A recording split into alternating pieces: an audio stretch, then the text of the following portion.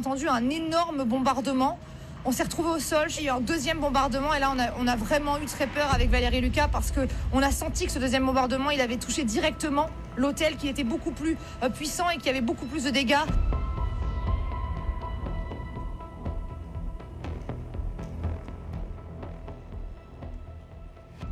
En Ukraine, Reporters sans frontières a travaillé avec l'organisation ukrainienne Trushounds, qui est spécialisée sur la documentation des crimes de guerre, et a analysé 31 bombardements russes contre des hôtels, en grande majorité civils, qui abritent des journalistes et qui sont en majorité situés dans des régions proches de la ligne de front. Kharkiv, Odessa, Dnipro, Donetsk et Kiev.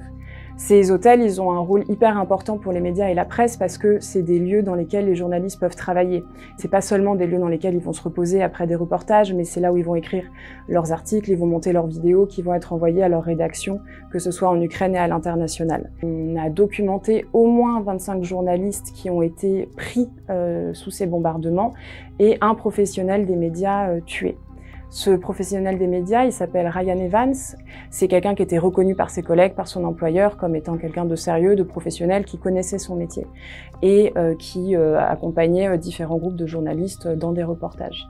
Là, cette frappe sur son hôtel à Kramatorsk le 24 août 2024 qui a entraîné sa mort, ça a aussi entraîné 2 blessés parmi son équipe et ça a conduit l'Ukraine à ouvrir une enquête. Les hôtels n'étaient pas utilisés par l'armée ukrainienne, mais utilisés par des travailleurs humanitaires, des journalistes, des civils. Donc frapper cette infrastructure, c'est un crime de guerre. C'est également des frappes qui ont lieu en majorité de nuit, au moment où les hôtels sont le plus occupés par les clients. Et puis, c'est des frappes qui sont pas aléatoires et qui sont pas accidentelles. Au moins 15 d'entre elles ont été faites avec des armes russes de précision, dont certaines ont une marge d'erreur de maximum 20 mètres. Ces attaques contre des hôtels, elles sont régulières et puis elles se sont accélérées depuis 2022.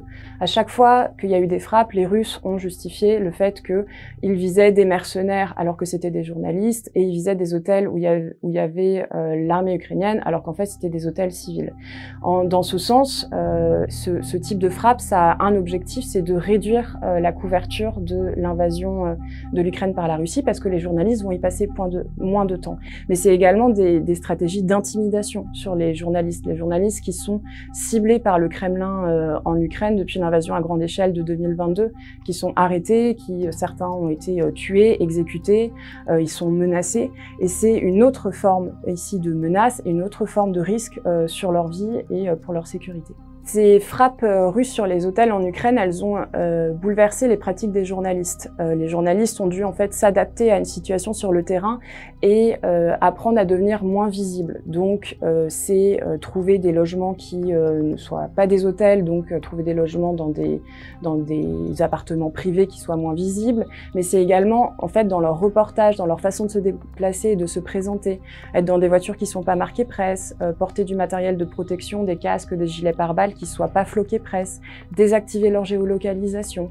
Et ça a aussi des conséquences sur leur propre sécurité parce que c'est éviter de devenir une cible pour la Russie, mais également se déplacer sans géolocalisation. Ça veut dire que le journaliste porte sur lui-même sa propre sécurité, ses trajets, sans avoir forcément de relais en dehors de son équipe qui puisse le suivre à distance. Ce rapport sur les bombardements russes des hôtels en Ukraine, il a également documenté la stratégie russe de propagande. Et à chaque fois, le narratif du Kremlin est très rodé. C'est-à-dire que, au lieu de parler de journalistes, il va accuser ces journalistes et professionnels des médias d'être des mercenaires.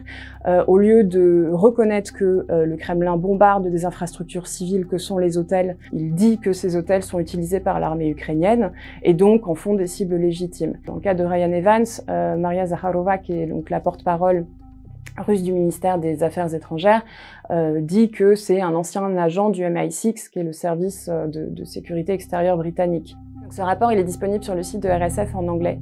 Il documente toutes les attaques qui ont été faites contre des hôtels en Ukraine et propose des recommandations à destination des juridictions, des États et des médias qui envoient leurs journalistes travailler dans ces zones.